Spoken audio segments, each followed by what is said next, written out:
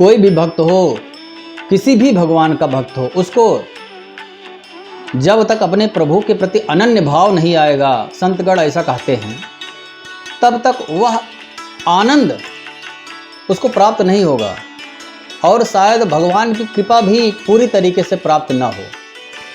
पूरी तरीके से इसलिए क्योंकि भगवान तो कृपालु है ही, एक बार नाम लो तब भी भगवान कृपा करते ही हैं, परंतु वह आनंद, वह कृपा प्राप्त नहीं होगा। जो भक्त अनन्य भाव से भगवान को पूजा करता है, भजता है, जिसके मन में अन्य कोई भाव ही नहीं आता है, वह आनंद प्राप्त नहीं होगा। जैसे मीरा जी को हुआ, मीरा जी को पता ही नहीं है कि उसके गिलास में जहर है कि दूध है कि पानी है, कुछ नहीं। भगवान के प्रेम में आनंद हो करके जो भी आ रहा है, जो भी सब प्रभु, सब में प्रभु का भाव, जहर में भी प्रभु का भाव। भक्त प्रहलाद हिरण्यकश्यप जी पूछते हैं कि बता तेरा प्रभु कहाँ है, कहाँ दिखता है, आज मैं उसको खत्म ही कर डालूंगा।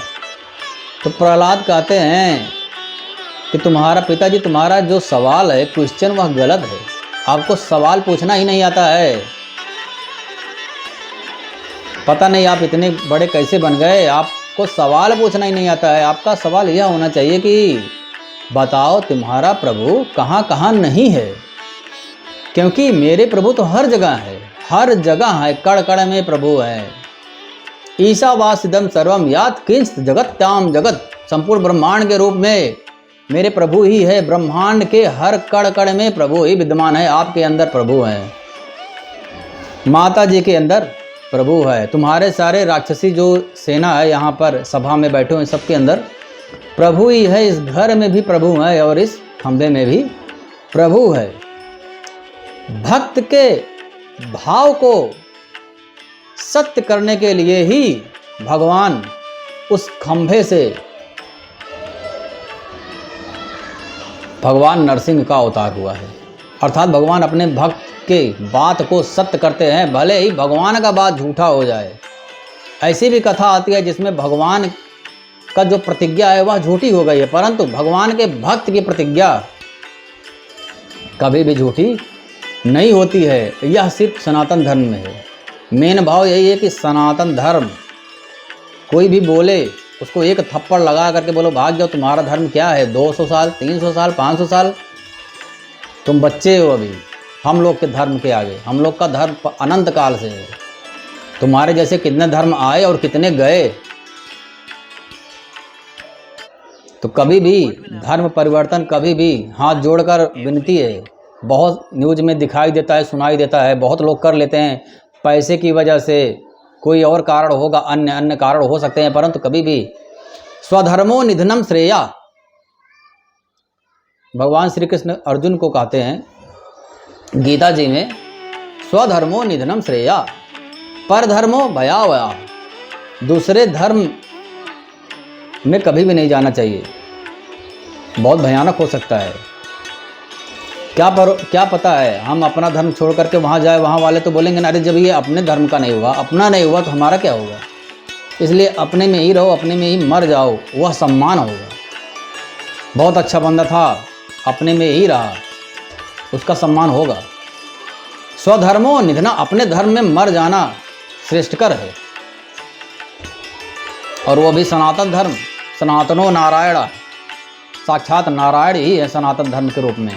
कहीं भी कोई भी त्रुटि नहीं हुई है, हमारे समझने में हो सकती है, क्योंकि अभी कलयुगी प्राणी है, कलयुगी बुद्धि में कितना भाव आ सकता है, बहुत सारी गलती होती है।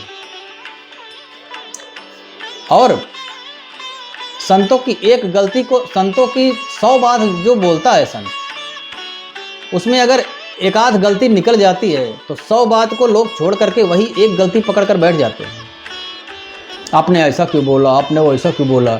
अरे जो 99 सही बोला है उसको देखो ना, उसके अनुसार चलो ना। मतलब लोगों को चलना नहीं है मार्ग पर। गुरुदेव भगवान प्रेमानंद जी कहते हैं, गुरु को मानो ठीक है, लेकिन गुरु की मानो वो ज़्यादा श्रेष्ठकर है। गुरु की मानोगे तो तुम्हारा कल्याण हो जाएगा। गुरु की मान रहे हो अर्थात तुम गुरु को मान रहे हो। लोग की मानते नहीं है, उसमें गलती ढूंढते हैं। अरे मानो हम मानेंगे ही नहीं, इसने तो ऐसा बोला था। अरे जो 99 सही बोला उसको देखो ना।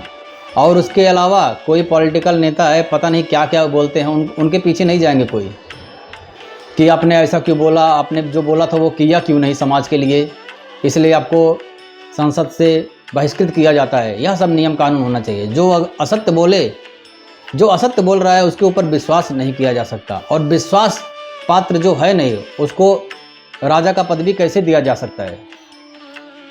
कभी नहीं दिया जा सकता। राजा का पद के लिए विश्वास पात्र होना जरूरी है, सत्यवादी होना जरूरी है। तो कलयुगी बुद्धि है, कोई गलती हो सकती है, क्यों नहीं होती है? तो यहाँ पर अनन्य भाव जो दिया गया है, भरत जी का भगवान के प्रति इतना प्रेम था और आत्मविश्वास इतना था। जब श्री हनुमान जी को बाण लगा, हनुमान जी सजोनी बूटी का पूरा पहाड़ लेकर के नीचे गिरे, तो भरत जी ने क्या भाव देखा, मतलब मन एकदम पवित्र।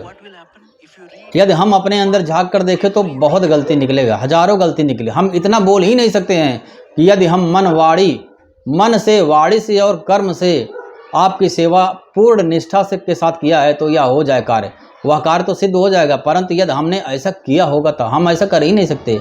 मन से तो हजारों गलती होती है, तुरंत एक घंटे में बहुत गलती हो जाती है।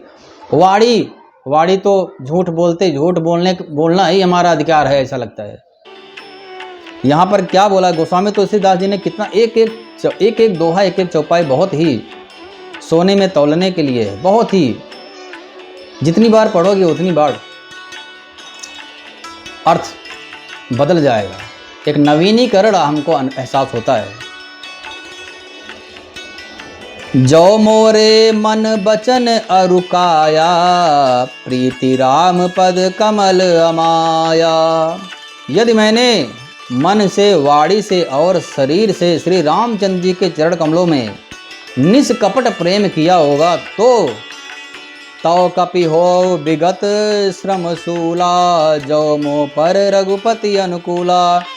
यदि श्री रघुपति की, भगवान श्री रामचंद्र जी की हमारे ऊपर कृपा है तो यह वानर थकावट रहित हो जाए, पीड़ा रहित हो जाए, फिर से वह एक नवीन ऊर्जा के साथ उठकर खड़ा हो जाए।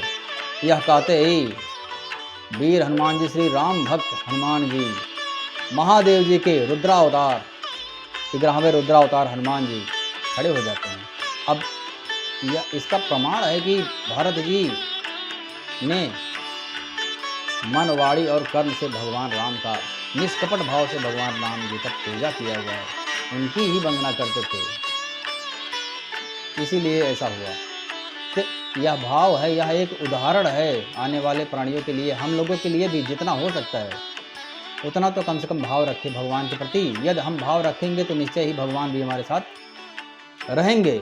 यह प्रमाण है कि भगवान है और भगवान रहेंगे। यदि हमारी गलती है, हम अपने मन से भगवान को नहीं, हम पहली बात तो बहुत सारे सवाल यह आता है कि प्रभु मैं महादेव जी को अगरबत्ती लगाता हूँ, फिर देखता हूँ कि भगवान बाजू में श्री रामचंद्र जी खड़े हैं, फिर उनको भी घुमाना पड़ता है, फिर बाजू में विष्णु जी खड़े हैं, उनको भी घुमाना पड़ता है, फिर महादेव जी, माता जी खड़ी हैं, उनको भी, हनुमान जी को भी, वीरभद्र जी को भी, पवन देव को, वरुण देव को, अग्निदेव को, सूर्य देव जी को, विंध्याचल माता, वैष्णो माता, शनिदेव जी को, भगवान श्री गणेश जी को, कार्तिकेय जी को।